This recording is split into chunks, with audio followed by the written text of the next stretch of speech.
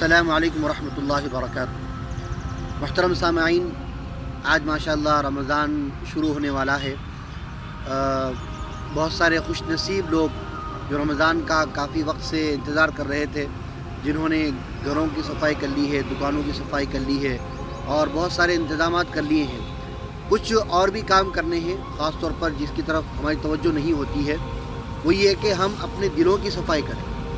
کسی بھی مومن کے دل میں کسی بھی دوسرے مومن کے متعلق بدگمانی، برائی، گندی سوچ نہیں ہونا چاہیے۔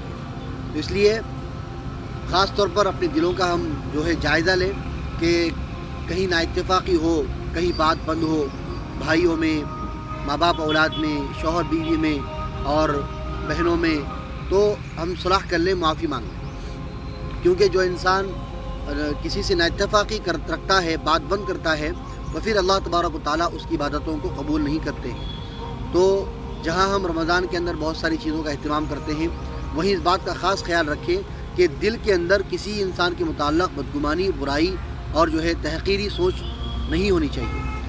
اور ایک بات کا خاص خیال رکھیں کہ ہم جو چیزوں کو خریدتے ہیں تو دشمنان اسلام کی چیزوں کو نہ خریدیں۔ بہت سارے پروڈکٹس آج مارکیٹوں میں ایسے بھی ہیں جن کو ہم استعمال کرتے ہیں اور وہ چیزوں کے ذریعے سے وہ کمپنیاں والے ہمارے مسلمانوں کا قتل کرتے ہیں، مسلمانوں کے ساتھ برا سلوک کرتے ہیں، مسلمانوں پر ظلم کرتے ہیں۔ تو اس لیے اگر ہم رمضان میں کوئی چیز خرید رہے ہوں تو دیکھ لیں کہ کہیں وہ ہمارے دشمن کا تو نہیں ہے، کہیں وہ اسلام کے دشمن کا تو نہیں ہے۔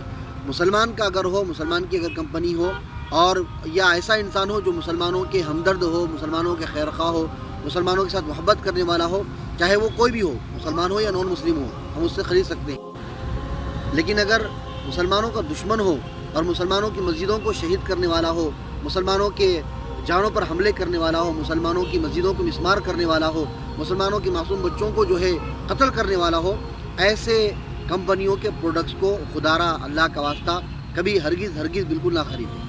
خاص طور پر انشاءاللہ اس بات کی بھی ہم کوشش کریں گے کہ ہم اپنی زبانوں کا صحیح استعمال کریں، کیونکہ اگر ہم روزہ رکھتے ہیں لیکن کسی کی غیبت کر رہے ہیں، کسی کے بارے میں برے الفاظ بول رہے ہیں، کسی پر الزام لگا رہے ہیں، تو پھر اللہ تبارک و تعالیٰ نے فرمایا، آپ علیہ السلام نے فرمایا کہ روزہ رکھ کر گناہ کرنے والے کو سوائے بھوکے رہنے کے کوئی چیز حاصل نہیں ہوگی۔ تو صبح سے لے کے شام تک ہم کھانا بھی نہ کھا رہے ہوں، پانی بھی نہ پی رہے ہوں اور ہم کو نیکی بھی نہ مل رہی ہو، تو یہ ہمارے لیے بڑے افسوس کی بات ہوگی۔ اس لیے بہت ساری باتیں انشاءاللہ آگے بھی آتی رہے گی۔ تو ان تین چیزوں کا ہم خاص طور پر خیال رکھیں، اپنی زبان کا صحیح استعمال ہو اور مارکیٹ سے ہم دشمنان اسلام کی چیزوں کو نہ خریدیں اور اپنے سینوں کو کینوں سے پاک صاف رکھیں۔ اللہ تبارک تعالیٰ رمضان کا صحیح استعمال کرنے کی ہم سب کو توفیق نصیب فرمائے۔ آمین۔ والسلام علیکم ورحمۃ اللہ وبرکاتہ۔